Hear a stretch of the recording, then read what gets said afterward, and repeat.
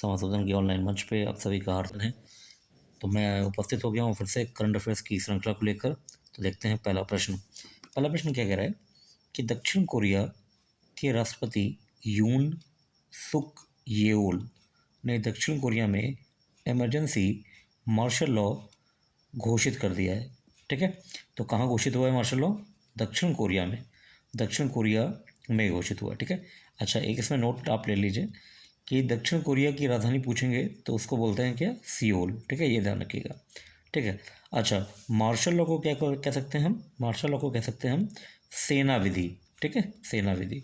चलिए आता है नेक्स्ट में क्वेश्चन नंबर 2 क्या कह रहा है कि भारत ने अब तक 4 पिंक बॉल टेस्ट मैच खेले हैं।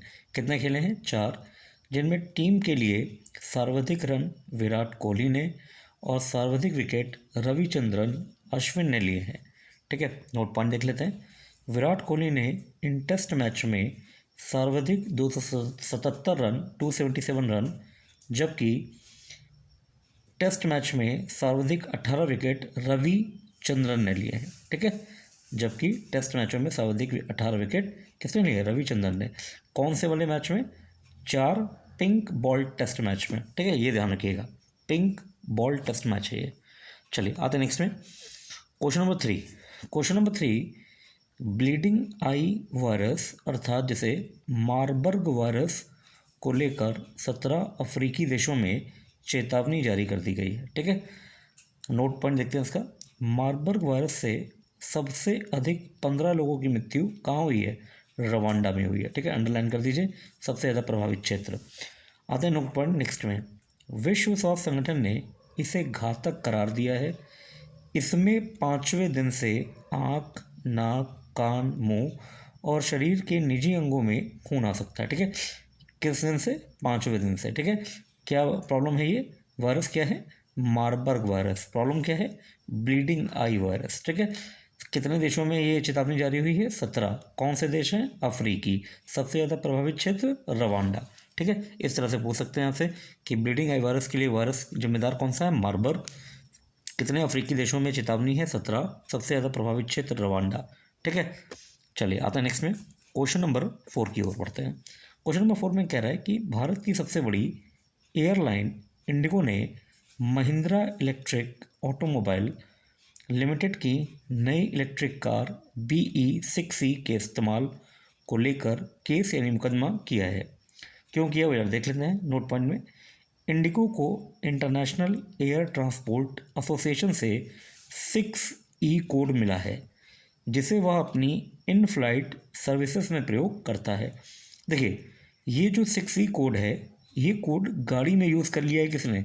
महिंद्रा ने, और ये इसका क्या है? ट्रेडमार्क है एक तरह से। ठीक है, तो इसी से संबंधित मामले में मुकदमा दायर करवाया है। चलिए आते हैं नेक्स्ट में क्वेश्चन नंबर 5 की ओर बढ़ते हैं। क्वेश्चन नंबर 5 क्या कह रहा है कि झारखंड राज्य में गुरुजी स्टूडेंट क्रेडिट कार्ड योजना के नियमों में परिवर्तन किया गया है। इसके पश्चात अब पूर्व में लोन ले चुके स्टूडेंट भी इस योजना का लाभ उठा पाएंगे। ठीक है, कौन सी योजना है ये? गुरुजी स्टूडेंट क्रेडिट कार्ड योजना। ठीक है, नोट पॉइंट बातें हैं। इसके अंतर्गत उन्हें पूर्व में लिए गए लोन को बंद करके नो ऑब्जेक्शन सर्टिफिकेट अर्थात NOC, इसको शॉर्ट में क्या बोलते हैं? NOC बोलते हैं बेटा। फुल फॉर्म क्या है? नो ऑब्जेक्शन सर्टिफिकेट लेना होगा, जिसके बाद वह उच्च शिक्षा के लिए 15 लाख तक का लोन ले सकेंगे। ठीक है, यानी अगर आपने पहले कोई लोन लिया है तो उसको आप भर दीजिए, उसके बाद हायर एजुकेशन के लिए 15 लाख तक का लोन मिल जाएगा आपको। कौन सी योजना में? गुरुजी स्टूडेंट क्रेडिट कार्ड योजना। किस राज्य में चल रही है? झारखंड में चल रही है। ठीक है, चलिए अच्छा एक बात मैं और बता दूं, और आप इसे जान भी लीजिए। अगर आप पीसीएस का पेपर दे रहे हैं तो उसमें कभी कभी पूछ लेते हैं, ये झारखंड को का उपनाम क्या है? किस नाम से जानते हैं झारखंड को? फटाफट बताओ, झारखंड का उपनाम। तो देखो भैया, झारखंड को कहते हैं रत्नगर्भा। रत्नगर्भा क्यों कहते हैं? जितना भी मिनरल मिलता है पूरे देश में जो भी खनिज मिलता है, देश में जो भी खनिज मिलता है, जो भी खनिज मिलता है उसका 40%, उसका 40% लगभग कहाँ मिलता है? झारखंड में मिलता है, इसलिए इसको रतन गरबा बोलते हैं। ठीक है, ध्यान रखिएगा इसको। चलिए आते हैं नेक्स्ट में क्वेश्चन नंबर 6। उत्तरी चीन मानव की प्राचीन प्रजाति का पता चला है।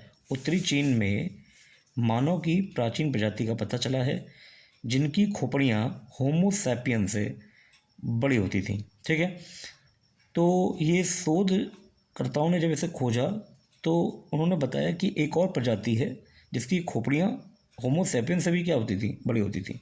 तो ये शोधकर्ताओं ने इसे क्या कहा है? नाम दिया है होमो ज्यूलियनसिस, JULUENSIS। ठीक है, अच्छा ये खोज किसने की है भैया? तो ये खोज की है यूनिवर्सिटी ऑफ हवाई और चाइनीज़ एकेडमी ऑफ साइंसेस के शोधकर्ताओं ने यह खोज की है। ठीक है, ध्यान रखेंगे। चलिए आते नेक्स्ट में क्वेश्चन नंबर 7। दुनिया की सबसे भीषण औद्योगिक त्रासदियों में से एक भोपाल गैस त्रासदी है जिसके कितने वर्ष पूरे हुए हैं? 40 वर्ष पूरे हो चुके हैं। ठीक है, नोट पॉइंट में आता है भोपाल गैस कांड 2 से 3 दिसंबर 1984 को रात्रिकाल के समय हुई थी। नेक्स्ट नोट पॉइंट, इसके अंतर्गत यूनियन कार्बाइड कारखाने से मिथाइल आइसोसाइनाइड गैस, जिसे मिक गैस भी कहा जाता है, का स्त्रवण हुआ था। ठीक है, चलिए आते नेक्स्ट में क्वेश्चन नंबर 8 की ओर बढ़ते हैं। क्वेश्चन नंबर 8, रातापानी अभयारण्य जो कि मध्य प्रदेश में है, इसे टाइगर रिजर्व घोषित किया गया है। इसके साथ ही यह मध्य प्रदेश का 8वां टाइगर रिजर्व बन गया है। अब आपसे ऐसे क्वेश्चन पूछ लेंगे पेपर में कि मध्य प्रदेश का 8वां टाइगर रिजर्व कौन है? तो रातापानी अभयारण्य। या डायरेक्टली पूछ लेंगे रातापानी जो अभयारण्य है वो कहाँ है? तो मध्य प्रदेश में। ठीक है, या ये पूछ लेंगे कि भी हाल ही में मध्य प्रदेश में किसी अभयारण्य को टाइगर रिजर्व घोषित किया गया था? उत्तर रातापानी अभयारण्य। ठीक है, इसी तरह से घुमा फिरा के पूछ लेंगे आपसे। चलिए आते हैं नेक्स्ट में क्वेश्चन नंबर 9।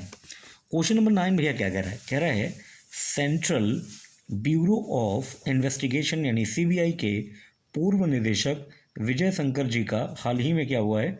निधन हो गया है। चलिए आते हैं नेक्स्ट में क्वेश्चन नंबर 10। क्वेश्चन नंबर 10 कह रहा है कि अंतर्राष्ट्रीय विकलांग दिवस कब मनाया जाता है? तो ये 3 दिसंबर को मनाया जाता है। कब मनाया जाता है? 3 दिसंबर को। ठीक है, अच्छा ये यहाँ पर एक चीज़ मैं आपको बता दूँ, सबसे बड़ी विकलांगता, हाँ नोट पॉइंट करके बता देता हूँ मैं आपको। अगर मान लीजिए पूछ ले कि सबसे बड़ी विकलांगता कौन सी है, तो सबसे बड़ी विकलांगता होती है, गंभीर विकलांगता होती है नेत्रहीनता। ठीक है, कितनी होती है? नेत्रहीनता। ठीक है, अच्छा एक चीज़ और मैं बता दूं, देखिए नेत्रहीनता होती है सबसे बड़ी विकलांगता, ये बात समझ में आ गई। अब अगर पूछा जाए कि जैसे मान लो नेत्रहीनता या अन्य कोई विकलांगता है, ठीक है, उसके लिए रिजर्वेशन क्लॉज कितना है? तो भैया हर एक विकलांगता के 4 प्रकारों में सबको 1% विकलांगता के हिसाब से, रिजर्वेशन के हिसाब से 4% का आरक्षण दिया जाता है। कितना दिया जाता है? 4%। ठीक है, अच्छा एक चीज़ और ध्यान रखिएगा, इसमें शारीरिक विकलांगता कितने परसेंट होने पर आपको सुविधाएं मिलती हैं? तो ये 40%। कितनी? 40% होती है। हाँ ठीक है, जैसे मान लो कोई आरक्षण की बात करता है किसी भी व्यवस्था में, तो 40% अक्षमता होनी चाहिए। ठीक है, अच्छा अब ऐसा नहीं है कि 40% में आपको कोई सरकारी नौकरी ही मिल जाए, बात समझिए, फिर वो मैक्सिमम पार्ट देंगे तो फिर वो 80, 85, 90 तक चला जाएगा या 90 से भी प्लस हो जाएगा। मेरी बात समझ रहे हैं? मगर 40% अगर शरीर आपका अक्षम है तो आप विकलांगता की कैटेगरी में आते हैं। दूसरी बात ये भी ध्यान रखिएगा कि विकलांग शब्द का इस्तेमाल नहीं होता, अब इसकी जगह शब्द इस्तेमाल होता है दिव्यांग। क्या शब्द इस्तेमाल होता है?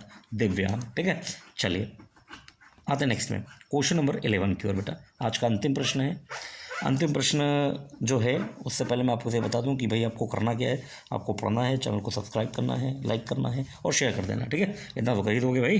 चलो भाई, तो इसी के साथ क्वेश्चन नंबर 11 कह रहा है कि इसरो के अध्यक्ष एस सोमनाथ जी ने कहा है कि देश का पहला मानवयुक्त अंतरिक्ष कार्यक्रम गगनयान 2026 के अंत तक प्रक्षेपित किया जाएगा। ठीक है, गगनयान कब प्रक्षेपित होगा? 2026 तक। ठीक है, नोट पे चलते हैं। गगनयान का पहला परीक्षण जनवरी 2025 तक शुरू होगा। कब शुरू होगा? जनवरी 2025 तक। ठीक है, नेक्स्ट नोट, गगनयान मिशन से पूर्व 3 मानव रहित परीक्षण किए जाएंगे। ठीक है, देखो उसका पहला परीक्षण कब होगा? 25 जनवरी, सॉरी क्षमा कीजिएगा, जनवरी 2025, 25 जनवरी नहीं, जनवरी 2025। अब वो एक अलग बात है कि डेट यही हो जाए, इत्तेफाक वाली बात है। ठीक है, चलिए। अच्छा, गगनयान मिशन से पूर्व कितने मानव रहित मिशन होंगे? तो ये पूरे 3 मानव रहित परीक्षण किए जाएंगे। ठीक है, अच्छा, गगनयान कार्यक्रम कब लॉन्च हो रहा है? 2026 के अंत में। ठीक है, चलिए आते हैं नेक्स्ट में। नेक्स्ट में बताना यही चाहूँगा कि इस समय क्वेश्चन की जो श्रृंखलाएँ हैं, मैं बहुत ही कम क्वेश्चन आपको बता पा रहा हूँ। रोज का प्रयास है कि कम से कम 10 क्वेश्चन मैं आपको बताऊं वैल्यूबल। क्लियर है मामला?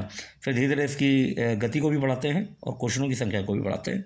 साथ में जीके के एस्पेक्ट में भी, क्योंकि यूपीट्रिपलएससी आया हुआ है, तो उसके लिए भी जीके के जो सेक्शंस है, जीके के पार्ट को भी क्या करवाया जाएगा, बहुत जल्दी पूरा करवाया जाएगा। ठीक है, तो इसी के साथ ये वीडियो समाप्त होता है। अगली मुलाकात होगी नेक्स्ट वीडियो में। तब तक के लिए जय हिंद, जय भारत।